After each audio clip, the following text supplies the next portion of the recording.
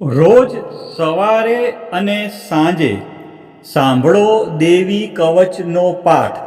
દેવી કવચનો પાઠ સાંભળતા પહેલાં કોમેન્ટમાં તમારી કુળદેવીનું નામ જરૂરથી લખવું અને વિડીયોના અંત સુધી જોડાયેલા રહેવું અને સંપૂર્ણ દેવી કવચનો પાઠ સાંભળવો. ઓમ ચંડિકા દેવીને નમસ્કાર.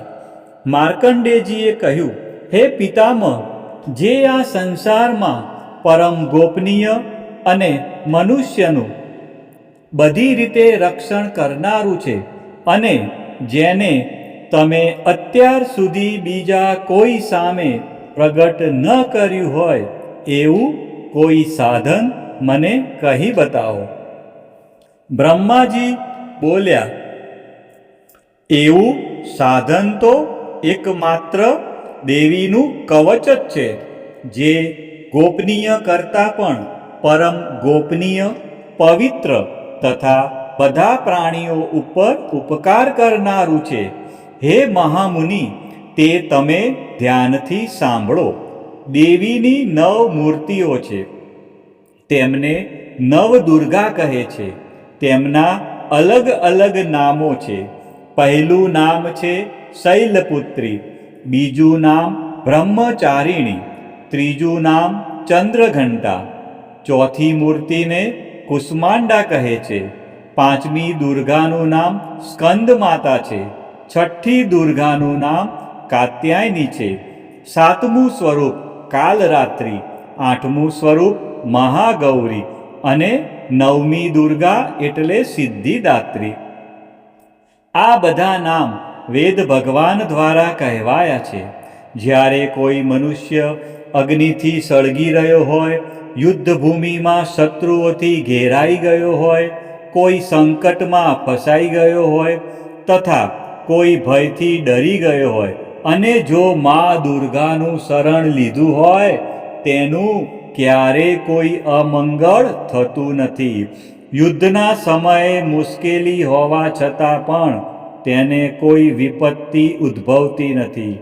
તેને શોક, દુઃખ અને ભય પ્રાપ્ત થતા નથી.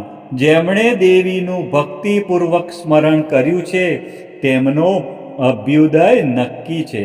હે દેવી, જેઓ તમારું ચિંતન કરે છે તેમનું તમે ચોક્કસ કલ્યાણ કરો છો, તેમનું તમે ચોક્કસ રક્ષણ કરો છો. ચામુંડા દેવી પ્રેત ઉપર આરૂઢ થયેલા હોય છે અને વારાહી દેવી પાડા પર સવારી કરે છે. ઐન્દ્રી દેવીનું વાહન ઐરાવત હાથી છે. વૈષ્ણવી દેવી ગરુડ પર આવે છે અને માહેશ્વરી દેવી આખલા પર આરૂઢ થયેલા છે. કૌમારી દેવીનું વાહન મોર છે. વિષ્ણુપ્રિય લક્ષ્મી કમળ પર વિરાજમાન છે અને તેમના હાથમાં લાલ કમળ છે. આખલા પર આરૂઢ થયેલ દેવી ઈશ્વરીએ શ્વેત વસ્ત્ર ધારણ કરી રાખ્યા છે. બ્રાહ્મી દેવી હંસ પર બેઠેલા છે અને બધા જ આભૂષણો ધારણ કર્યા છે.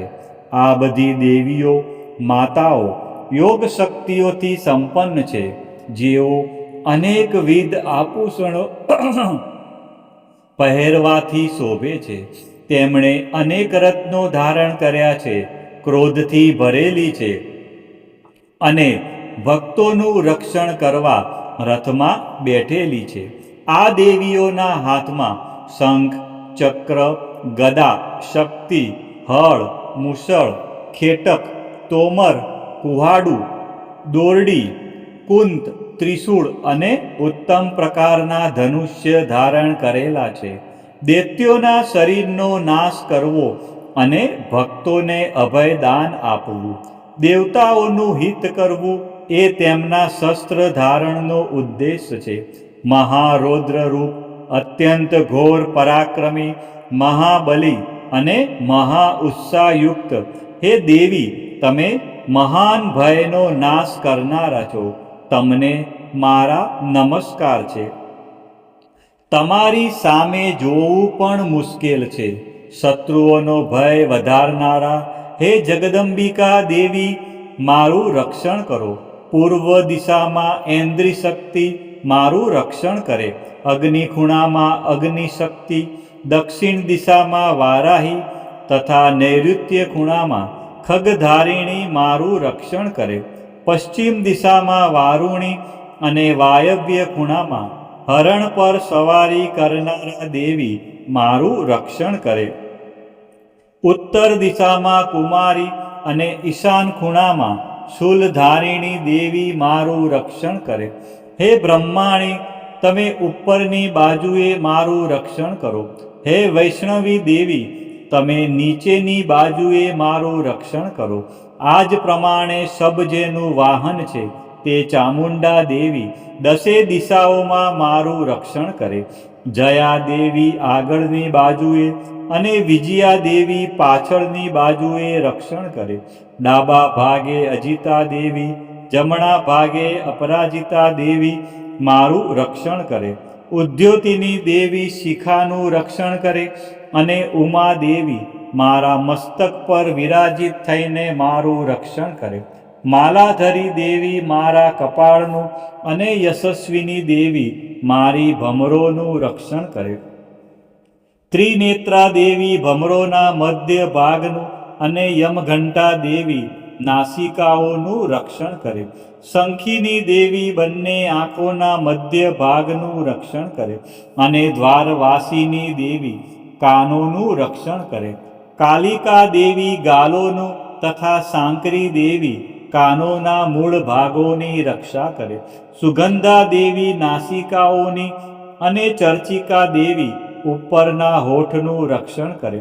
અમૃતકલા દેવી નીચેના હોઠનું અને સરસ્વતી દેવી જીભનું રક્ષણ કરે. કૌમારી દેવી મારા દાંતોનું અને ચંડિકા દેવી કંઠ ભાગનું રક્ષણ કરે. ચિત્રઘંટા દેવી ગળાની ઘંટિકાનું અને મહામાયા દેવી તાળવાનું રક્ષણ કરે. કામાક્ષી દેવી દાઢીનું અને સર્વમંગલા દેવી મારી વાણીનું રક્ષણ કરે. નીલગ્રીવા દેવી કંઠના બહારના ભાગનું અને અન્ન નલિકાનું કૌબેરી દેવી રક્ષણ કરે. ખગીની દેવી બંને ખભાઓનું અને વ્રજધારિણી દેવી મારા બંને બાહુઓનું રક્ષણ કરે. દંડીની દેવી બંને હાથોનું અને અંબિકા દેવી આંગળીઓનું રક્ષણ કરે. સુલેશ્વરી દેવી નખોનું રક્ષણ કરે અને કુલેશ્વરી દેવી કોખ અને પેટનું રક્ષણ કરે. મહાદેવી બંને સ્તનોનું અને શોક વિનાશીની મનનું રક્ષણ કરે. લલિતા દેવી હૃદયનું અને શૂલધારિણી દેવી ઉદરનું રક્ષણ કરે. કામિની દેવી નાભીનું અને ગુહેશ્વરી દેવી ગુહ ભાગનું રક્ષણ કરે. પૂતના દેવી અને કામિકા દેવી લિંગનું અને પાડાને વાહન બનાવનાર દેવી ગુદાનું રક્ષણ કરે. ભગવતી દેવી કટી પ્રદેશનું અને ઘૂંટણોની રક્ષા વિંધ્યવાસીની દેવી કરે. સર્વ કામનાઓ પૂરી કરનારા દેવી જંઘાઓનું રક્ષણ કરે. નારસિંહ દેવી પિંડીઓનું રક્ષણ કરે. તૈજસી દેવી બંને પગોના પૃષ્ઠ ભાગનું રક્ષણ કરે. શ્રીદેવી પગોની આંગળીઓનું અને તલવાસીની દેવી પગના તળિયાનું રક્ષણ કરે. પોતાની વિકરાળ દાઢોથી ભયંકર દેખાતા કરાલી દેવી નખોનું અને ઉદ્ધવકેશીની દેવી વાળનું રક્ષણ કરે.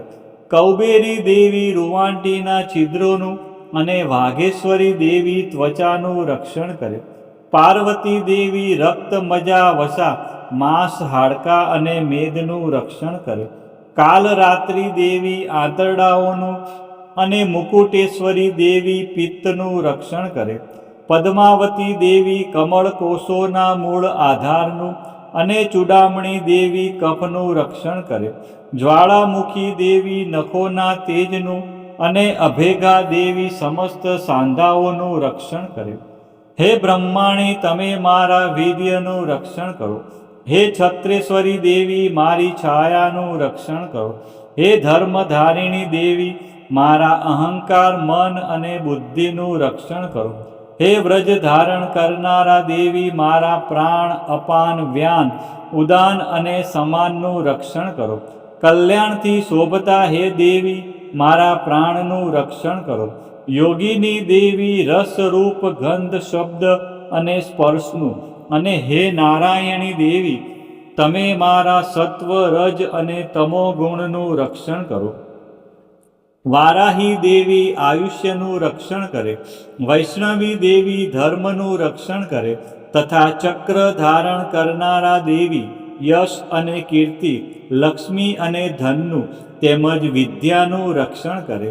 હે ઇન્દ્રાણી, તમે ગોત્રનું રક્ષણ કરો. હે ભૈરવી, તમે મારી પત્નીનું રક્ષણ કરો. હે ચંડિકા દેવી, તમે મારા પશુઓનું રક્ષણ કરો. હે મહાલક્ષ્મી દેવી, તમે મારા પુત્રોનું રક્ષણ કરો. હે સુપથા દેવી, તમે મારા માર્ગનું રક્ષણ કરો. અને હે ક્ષેમકરી દેવી, તમે મારા પથનું રક્ષણ કરો. હે મહાલક્ષ્મી દેવી, રાજદ્વારી કાર્યોમાં મારું રક્ષણ કરો.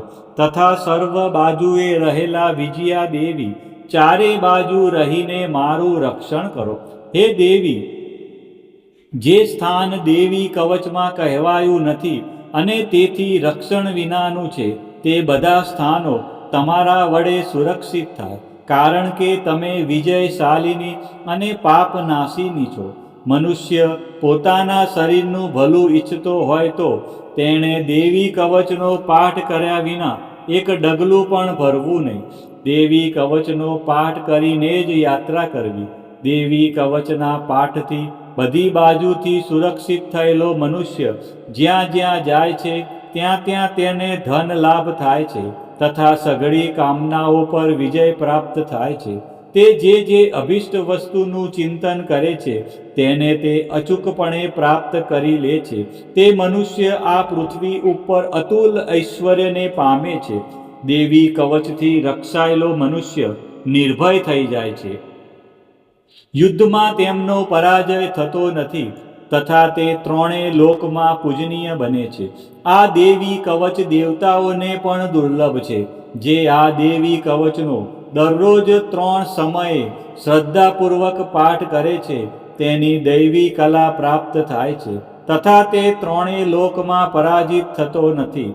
એટલું જ નહીં, તે અપમૃત્યુથી રહિત થઈને 100 કરતાં પણ વધુ વર્ષ જીવે છે. દેવી કવચ ધારણ કરનારા મનુષ્યની રાજા તરફથી સન્માન અને વૃદ્ધિ થાય છે. આ દેવી કવચ મનુષ્યના તેજની વૃદ્ધિ કરનારું અને ઉત્તમ છે. આ દેવી કવચનો પાઠ કરનારો મનુષ્ય પોતાની કીર્તિથી શોભા પામીને પૃથ્વી ઉપર પોતાના સુયશ સાથે સાથે વૃદ્ધિ પામે છે. જે પહેલા દેવી કવચ કરીને સપ્તસતી ચંડી પાઠ કરે છે તેની જ્યાં સુધી વન પર્વત હોય ત્યાં સુધી તે આનંદથી યુક્ત આ પૃથ્વી ઉપર રહે છે. તેના પુત્રો પૌત્રો સંતાન પરંપરા બનેલી રહે છે. પછી દેહાંત થતાં તે મનુષ્ય મહામાયાની કૃપાથી નિત્ય પરમપદને પામે છે, જે દેવતાઓને પણ દુર્લભ છે. તે સુંદર દિવ્ય રૂપ ધારણ કરે છે અને કલ્યાણ શિવની સાથે આનંદનો ભાગી બને છે. પ્રિય ભક્તજનો, મા ભગવતીની આરાધનામાં દેવી કવચનું વિશેષ મહત્વ છે. દેવી કવચ એટલે રક્ષણ કરનારું કવચ. આ પાઠ દ્વારા મા દુર્ગાના વિવિધ સ્વરૂપો આપણા શરીરના દરેક અંગ અને જીવનના દરેક ડગલાનું રક્ષણ કરે છે.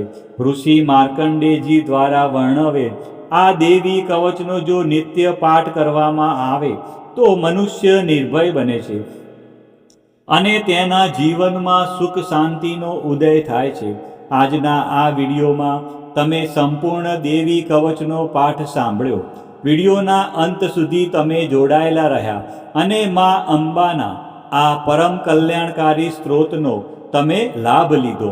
બોલો શ્રી અંબે માત કી જય, ચામુંડા માત કી જય, ખોડિયાર માત કી જય, ઉમિયા માત કી જય, મહાકાળી માત કી જય, બહુચર માત કી જય, 64 જોગણી માત કી જય, વારાહી માત કી જય.